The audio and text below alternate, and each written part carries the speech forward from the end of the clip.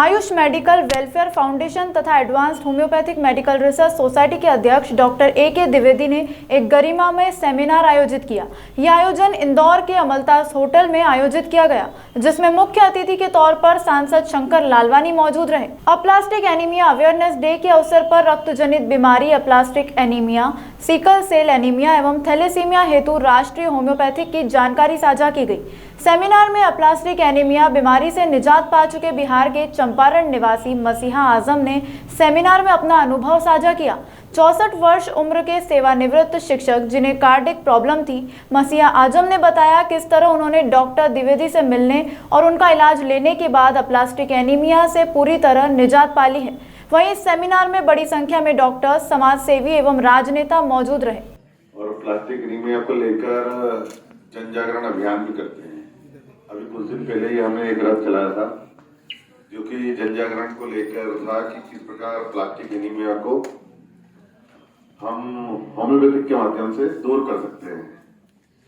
वास्तव में जब मेरी तो जानकारी भी नहीं था, जब कुछ वर्ष पूर्व डॉक्टर द्विवेदी से मिलने का मौका मिला तो उन्होंने बताया कि प्लास्टिक एनीमिया की जो बीमारी है वो लगातार बढ़ती जा रही है और जिस प्रकार की बीमारी है उसके जो साइड इफेक्ट है, पहले तो लक्षण ध्यान में नहीं आते, धीरे धीरे लक्षण ध्यान में आते हैं, लेकिन जो बीमारी है बहुत ही जटिल बीमारी है और जिसको होती है उसके साथ जो बाद में जो इसके आफ्टर इफेक्ट है वो बहुत ही भयानक है और इसके इलाज हो सकते हैं कि अलग अलग विधाओं में हो, लेकिन उन्होंने एक आधिकारिक रूप से क्लेम करा है कि होम्योपैथिक में हम इसका 100% इलाज कर सकते हैं और इसके लिए उदाहरण भी बताएंगे।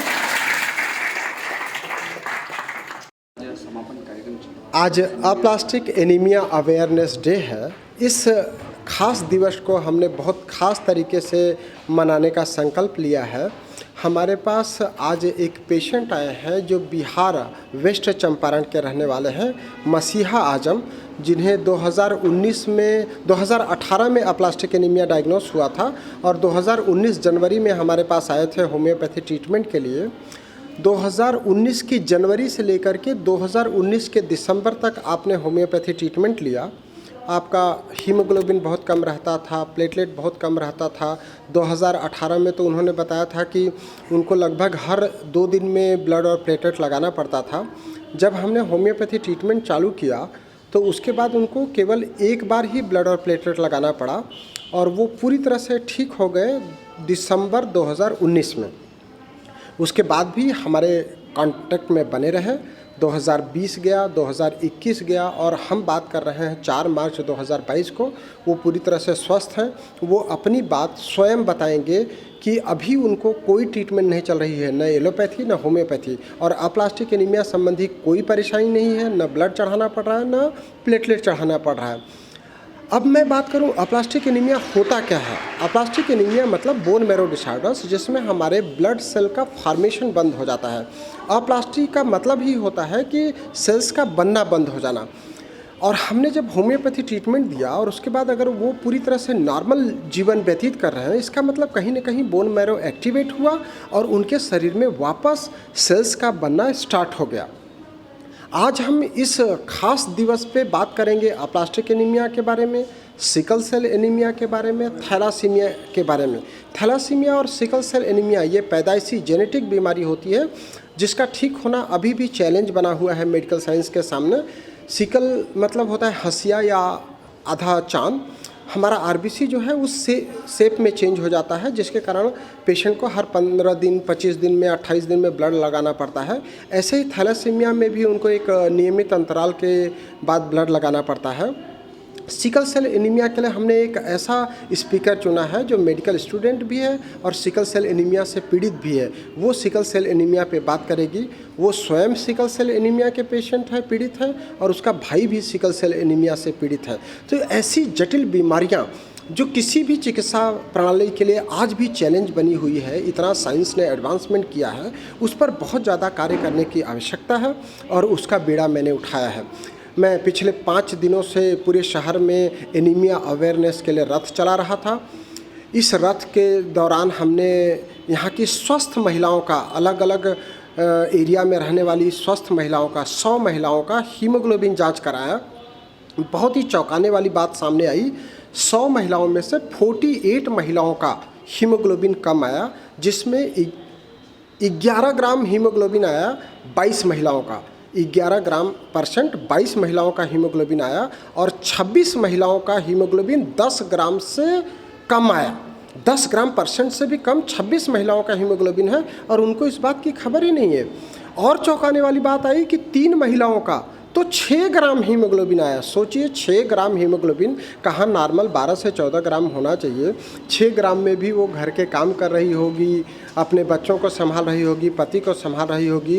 तो इतनी जटिल समस्या है और उसको लोग लाइटली लेते हैं। जब हम इस चीज़ों को लाइटली लेते हैं तो उससे ब्लीडिंग होने लगती है, ब्लीडिंग होकर के हमारा बोन मैरो ख़राब हो जाता है और एक बड़ी बीमारी अप्लास्टिक एनीमिया का रूप धारण कर लेता है। तो लोगों को समझाना है कि कैसे शरीर का ध्यान रखें। अगर आपको अपना कार्य करते हुए थकान, कमजोरी या शरीर में दर्द हो रहा है तो डॉक्टर को दिखाइए, समय रहते जांच कराइए और समय रहते इलाज कराइए, ताकि बीमारी बढ़े नहीं। और हमारा एक और प्रयास है कि जो आपके घर में खाद्य पदार्थ उपलब्ध है, उन खाद्य पदार्थों का सेवन करते हुए कैसे रक्त को बढ़ाया जाए, कैसे आयरन की मात्रा सफिशिएंट शरीर में जाए, कैसे कैल्शियम जाए, विटामिन्स जाए, प्रोटीन जाए, वो लोगों को समझाने का भी एक उद्देश्य हमने बीड़ा चलाया है।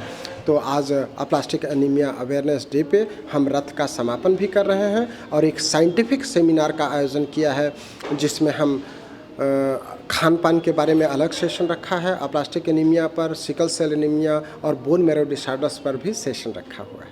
मैं डॉक्टर AK द्विवेदी, अध्यक्ष advanced homeopathic medical research private limited, अध्यक्ष Ayush medical welfare foundation Indore. 2019 के आपको 20 नवंबर को रांची में गया हुआ था। वहाँ फोर्टिस एस्कॉर्ट यानी आलम हॉस्पिटल में मेरा जांच हुआ, एंजियोग्राफी हुआ। एंजियोग्राफी के क्रम में मुझे ब्लीडिंग 75 घंटा तक हुआ और ब्लीडिंग के बाद जो है 75 घंटा जब मेरा ब्लीडिंग रुका तो मेरा जांच हुआ। जांच में पता चला कि जे शरण के लैब में कि मुझे प्लास्टिक एनीमिया नामक बीमारी हो गई है। उसके बाद वहाँ डॉक्टर रेफ़र किया, हम लोग पारस हॉस्पिटल पटना गए। पटना में डॉक्टरों की एक बोर्ड बैठी, 6 डॉक्टर बैठे। वहाँ मेरा बोन मैरो हुआ तो पता चला कि वहाँ भी प्लास्टिक एनीमिया मुझे है। लेकिन वहाँ 40 दिन तक मेरा पारस हॉस्पिटल में इलाज हुआ, लेकिन मुझे कोई फ़ायदा नहीं हुआ। मुझे ब्लड और प्लेटलेट चढ़ाना पड़ता था। उसके बाद हम लोग जो है वहाँ से चले आए पंजाब में। पंजाब जालंधर सिटी में मेरा इलाज हुआ, लेकिन वहाँ भी मुझे कोई फ़ायदा नहीं हुआ। वहाँ भी मुझे ब्लड और प्लेटलेट चढ़ाना पड़ा। उसके बाद मेरा लड़का जो है विदेश में रहता है, देखा यूट्यूब पर डॉक्टर AK द्विवेदी जी को इंदौर में, उनसे बात किया तो डॉक्टर साहब बोले कि ठीक है आप लोग आ जाइए। मेरे 3-4 लड़के और हम जो है हम लोग यहाँ इंदौर आए। इंदौर में डॉक्टर AK द्विवेदी जी से जो है बातचीत हुई। 17 जनवरी 2019 को बात हुई। इन्होंने मेरा प्रिस्क्रिप्शन देखा तो ये देख करके मैं इलाज से मुकर गए डॉक्टर साहब कि आपका कोई चीज़ ठीक नहीं है, मैं आपका इलाज नहीं करूँगा। लेकिन मैंने कहा डॉक्टर साहब कि आप अपने स्तर से एक मेरा जांच करवाइए, अगर जांच में मेरे फेवर में आता है तो आप मेरा इलाज कीजिएगा, अन्यथा मत कीजिएगा। तो इन्होंने जे शरण के लैब में मेरा जांच करवाया। जांच में 50% मेरे फेवर और 50% मेरे डिसफेवर में रिजल्ट आया जो जांच हुआ था। इन्होंने जो है 18 जनवरी 2019 से मेरी दवाई जो है शुरू की। हम लोग दवा लेकर के चले गए। मैं सामान्य रूप से जो है अपना कार्य करता था, कभी भी जो है मैं विचलित नहीं होता था, अपना कार्य करता था और हिम्मत से काम लेता था। दवाई ख़त्म हो जाती थी, यहाँ से मंगाता था और हर 15 दिन, 20 दिन, 25 दिन, महीना दिन, 2 महीना, 3 महीना पर ऐसे जांच होता रहा और 1 साल तक मैंने इनकी दवाई जो है जनवरी 2019 से दिसंबर 2020 तक खाई। उसके बाद मैं पूर्ण रूप से स्वस्थ हो गया। जब भी जांच होता है तो मुझे नॉर्मल जो है मेरा RBC, WBC, हेमोग्लोबिन मेरा सब कुछ नॉर्मल रहता है। मैं पूर्ण रूप से स्वस्थ हूँ। अब मैं जो है मैं रिटायर्ड टीचर हूँ।